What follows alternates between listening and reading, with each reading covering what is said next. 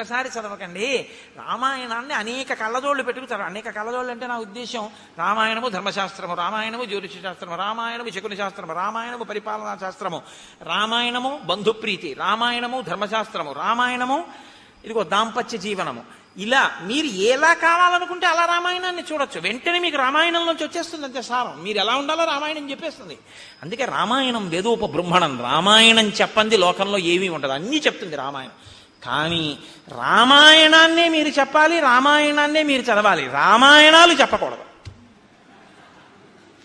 వాల్మీకి రామాయణాన్నే చదువుకోండి అంటే మిగిలినవి చదవద్దని కాదు, చదివి సంతోషించండి.